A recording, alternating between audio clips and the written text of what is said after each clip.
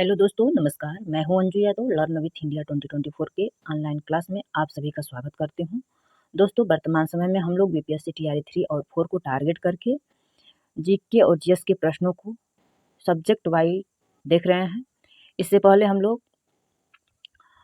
राष्ट्रीय आंदोलन के कुछ प्रश्न देख चुके हैं और ज्योग्राफी के और पॉलिटी के कुछ प्रश्न देख चुके हैं। यदि आप लोग उनको देखना चाहते हैं तो मैं उनका लिंक डिस्क्रिप्शन बॉक्स में दे दूंगी, या प्लेलिस्ट पर जा करके, मैं प्लेलिस्ट बनाई हूँ, वहाँ पर जा करके देख सकते हैं। और आज हम लोग प्रैक्टिस सेट साइंस का कर रहे हैं, जो प्रैक्टिस सेट नंबर 1 है। और जो ये प्रश्न है एनसीईआरटी और एससीईआरटी आधारित प्रश्न है। ये सभी परीक्षाओं के लिए, उन सभी परीक्षाओं के लिए अत्यंत महत्वपूर्ण प्रश्न है जो वन डे एग्जाम होते हैं, जहाँ पर जीके और जीएस के प्रश्न पूछे जाते हैं।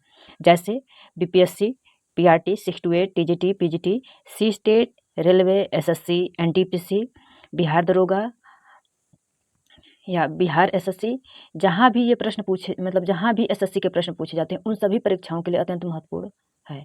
यदि आप इन सभी परीक्षाओं में से कोई परीक्षा की तैयारी कर रहे हैं तो आप हमारे साथ जुड़ करके अपने मुकाम को, अपने लक्ष्य को हासिल कर सकते हैं।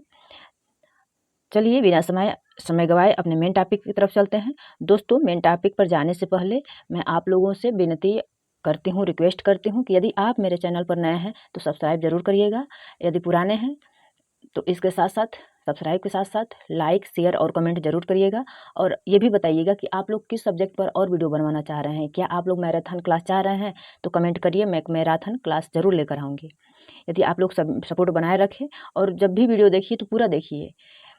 ये ऐसा, मतलब पढ़ाई एक ऐसा अमूल्य धन है कि इसको अर्जित करेंगे तो इसमें कोई हिस्सा नहीं लेगा। यदि आप धन भी कमाएंगे, पैसा कमाएंगे, उसमें मतलब बंटवारा हो सकता है, लेकिन विद्या एक ऐसी चीज़ है, ऐसी अमूल्य धन है कि इसमें कोई बंटवारा नहीं कर सकता। और ये कभी आपको ऊंचाई पर ही पहुंचाएगी, नीचे गिरने कभी नहीं देगी, हमेशा आपका आधार बनकर खड़ी होगी। इसलिए आप जब इस वीडियो को क्लिक करें, पढ़ाई करें, तो पूरा वीडियो देखिए। तो और मैं आज से एक और इस, मतलब प्रश्नों के साथ साथ और एक फीचर, इसमें विशेषता जोड़ रही हूँ कि मैं प्रश्नों को देखूंगी व्याख्या सहित, देखती ही हूँ, लेकिन इसके अंत में कुछ पॉइंट को भी हम इंक्लूड करके नोट्स को डिस्कस करेंगे। आप लोग वीडियो में पूरा बने रहिए। मैं अंत में, वीडियो जब प्रश्न खत्म हो जा रहा है तो मैं उन पॉइंटों को डिस्कस करूँगी। चलिए बिना समय गवाए अपने मेन टॉपिक की तरफ चलते हैं।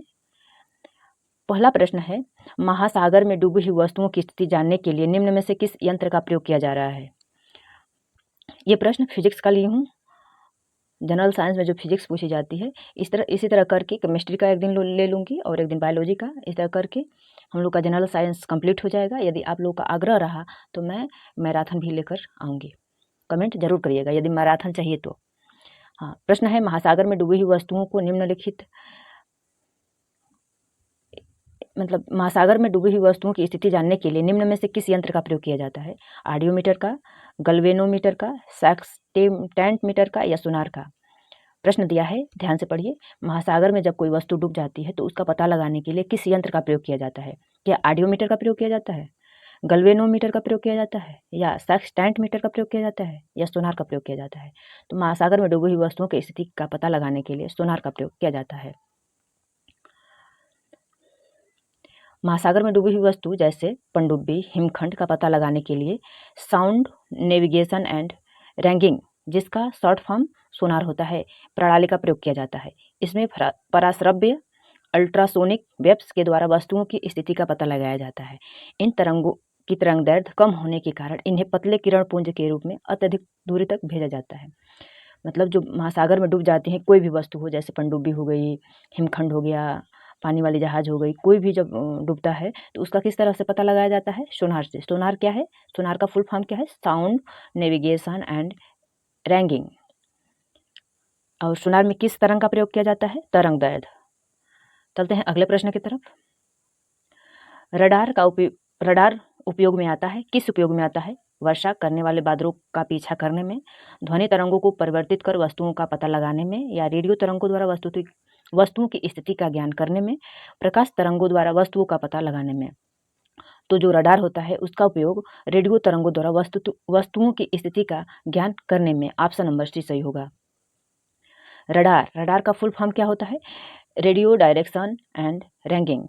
सोनार का भी मैं बताई। ये सब मतलब इम्पॉर्टेंट प्रश्न हैं, और जो मैं इनमें नोट्स फैक्ट इंक्लूड की हूँ वह किसी न किसी परीक्षाओं में पूछे गए ही फैक्ट हैं। ऊपर रडार का, सोनार का फुल फॉर्म बताई हूँ, यहाँ पे रडार का देख लीजिए। रडार का फुल फॉर्म होता है radio direction and ragging. Radar किसी वस्तु का पता लगाने की प्रणाली है। इसमें रेडियो तरंगों, रेडियो वेव्स के प्रयोग से किसी वस्तु की उपस्थिति, दिशा, गति आदि ज्ञात की जाती है। रडार का प्रयोग वायुयानों, जहाज़ों, निर्देशित मिसाइलों, मोटर वाहनों आदि की अवस्थिति का पता लगाने के लिए किया जाता है। समझ में आ गया? अगला प्रश्न है, एक हॉर्स पावर में कितने वाट होते हैं? एक हॉर्स पावर में कितने वाट होते हैं? 100 वाट, 750 वाट, 1000 वाट या 746 वाट? तो एक हॉर्स पावर में 746 वाट होते हैं। ऑप्शन नंबर डी सही होगा। हॉर्स पावर को हिंदी में अश्वशक्ति कहा जाता है, और ये हॉर्स पावर शक्ति माप की इकाई है। अश्वशक्ति 746 वाट के बराबर होती है।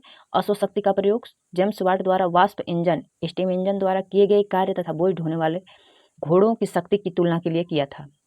जो अश्वशक्ति बना है, इसमें इकाई माप की इकाई वो जेम्स वाट द्वारा वाष्प इंजनों द्वारा किए गए कार्य तथा बोझ ढोने वाले घोड़ों की शक्तियों की तुलना के लिए किया था।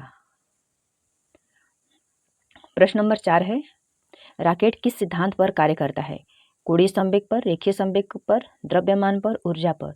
तो रॉकेट रेखीय संवेग संरक्षण पर कार्य करता है। जो रॉकेट होता है वो रेखीय संवेग संरक्षण सिद्धांत पर कार्य करता है। ऑप्शन नंबर बी सही होगा।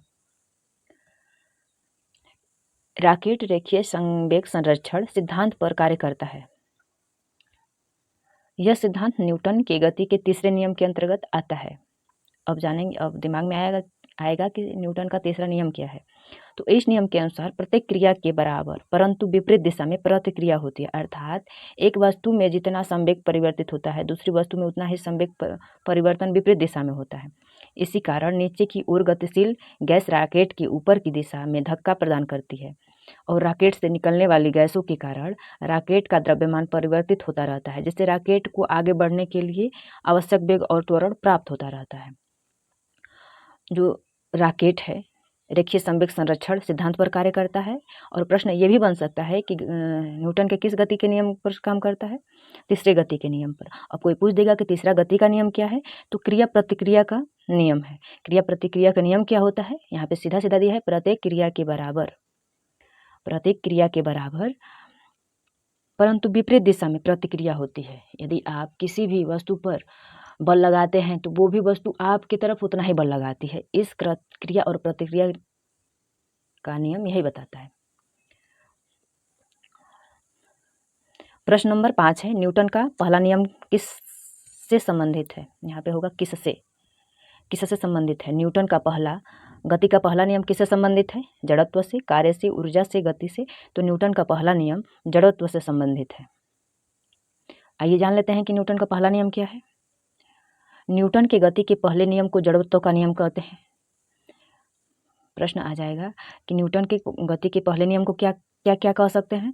तो ऑप्शन में जड़त्व भी दे देगा, क्रिया प्रतिक्रिया का नियम भी देगा और गतिशील का नियम दे देगा। तो यदि आपको पता रहेगा तो ऑप्शन में लगा देंगे। तो न्यूटन के प्रथम नियम को जड़त्व का नियम कहते हैं और तृतीय नियम को क्रिया प्रतिक्रिया का नियम कहते हैं। इस नियम के अनुसार कोई वस्तु अपनी यथा स्थिति में बनी रहती है जब तक कि उस पर कोई बाह्य बल लगाकर उसकी स्थिति में परिवर्तन ना किया जाए। अर्थात जब कोई वस्तु गतिशील हो वह गतिशील अवस्था में तथा यदि विराम अवस्था में है तो विराम अवस्था में ही रहेगी जब तक कि उस पर कोई बाह्य शक्ति लगाकर उसकी अवस्था में परिवर्तन करने का प्रयास न किया जाए। प्रश्न नंबर 6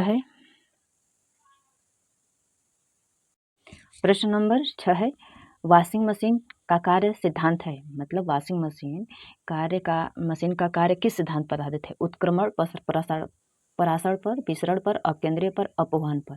तो वॉशिंग मशीन जो कार्य करती है अपकेंद्रीय बल पर कार्य करती है, अपकेंद्रीय सिद्धांत पर कार्य करती है। अपकेंद्रीय सिद्धांत क्या होता है आइए जान लेते हैं।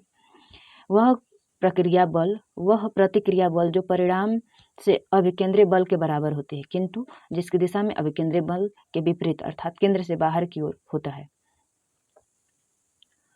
अपकेंद्रीय बल कहलाती है। एक बार और देख लेते हैं। वह प्रतिक्रिया बल जो परिणाम में अभिकेंद्रीय बल के बराबर होती है।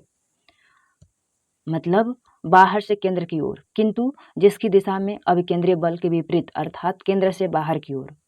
अभिकेंद्रीय का मतलब होता है बाहर से केंद्र की तरफ, और अपकेंद्रीय का मतलब होता है केंद्र से बाहर की ओर।